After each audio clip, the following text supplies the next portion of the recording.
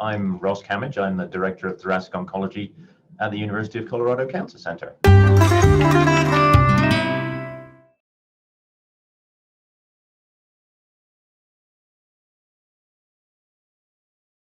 The debate about when do you operate on malignant mesothelioma continues to rage. It's certainly highly controversial. Let's start off with some basics. So about 70% of malignant mesothelia is something called epithelioid mesothelioma, about 10% is something called sarcomatoid, and about 20% is so-called mixed histology. One thing I can tell you right from the get-go is you almost never operate on sarcomatoid mesothelioma. It's got a very bad prognosis. It extends sort of into multiple tissues around it. It has a higher metastatic potential. So probably just on that basis, if you see sarcomatoid, you should probably not be thinking much about surgery, except for very palliative things like draining the effusions. When we're talking about surgery, we're really talking about the potential for this to be therapeutic rather than just palliative. And what I mean by that is people entertain the idea of, can you actually remove all of the disease and potentially cure someone? This has gone in and out of fashion. So the most extreme surgery is something called an extrapleural pneumonectomy, which is essentially taking out the pleura and in a package and all of the underlying lungs. So you're taking out an entire compartment of the body. This is usually preceded by some chemotherapy and followed by hemithorax radiotherapy. In single-arm studies, sometimes you can see relatively low mortality, between 0 and 5%. You can see fairly good overall survival. Median overall survival is running up to about 2 years. And of course, the practitioner of this say, look how wonderful this is. And of course, all surgeons are incredibly confident. The problem is proving that that's actually beneficial to those patients, as opposed to you've just selected patients who were fit enough to go through all of this and they did well because they were going to do well, has been a little bit more challenging.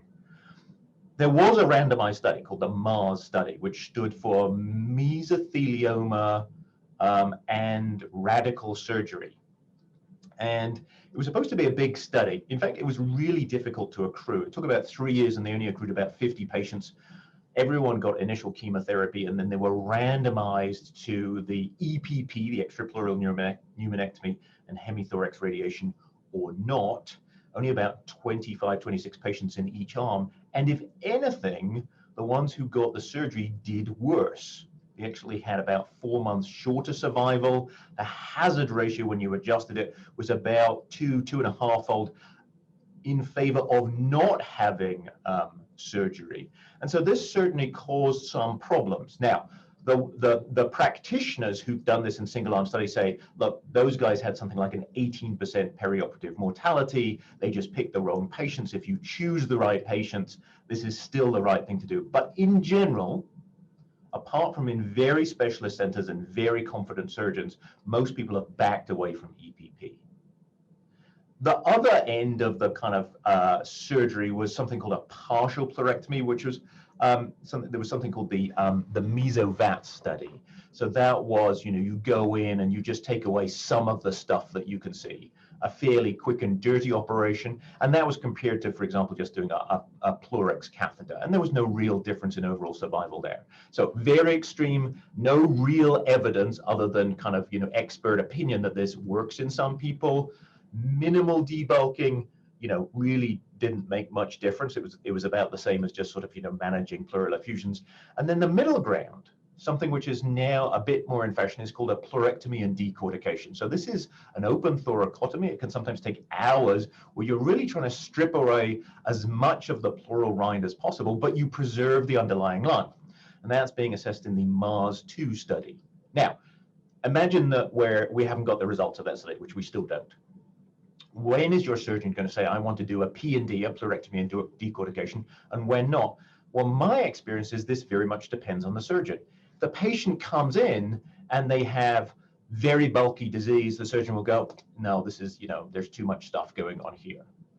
If the patient comes in and has minimal disease and, no symptoms, the surgeon might say, well, what's the point? They're not going to feel any better. So there's definitely a kind of Goldilocks element. It has to be just the right kind of patient who has enough disease that you feel they're going to benefit symptomatically from having it taken away. You get an autopleurodesis when you do this kind of surgery, versus it's not so much that they're not going to, derive any kind of benefit.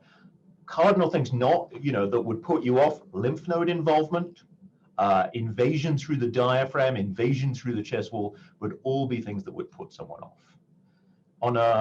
And so really, there's elements of adding in chemotherapy beforehand. There's the role of post-operative radiotherapy afterwards, all of which is relatively unproven. So what you can understand from my discussion here is this is individualized. It's based on a multidisciplinary team. It's based on the needs and the wants and the desires of the patient and their family. It's based on the confidence of your surgeon.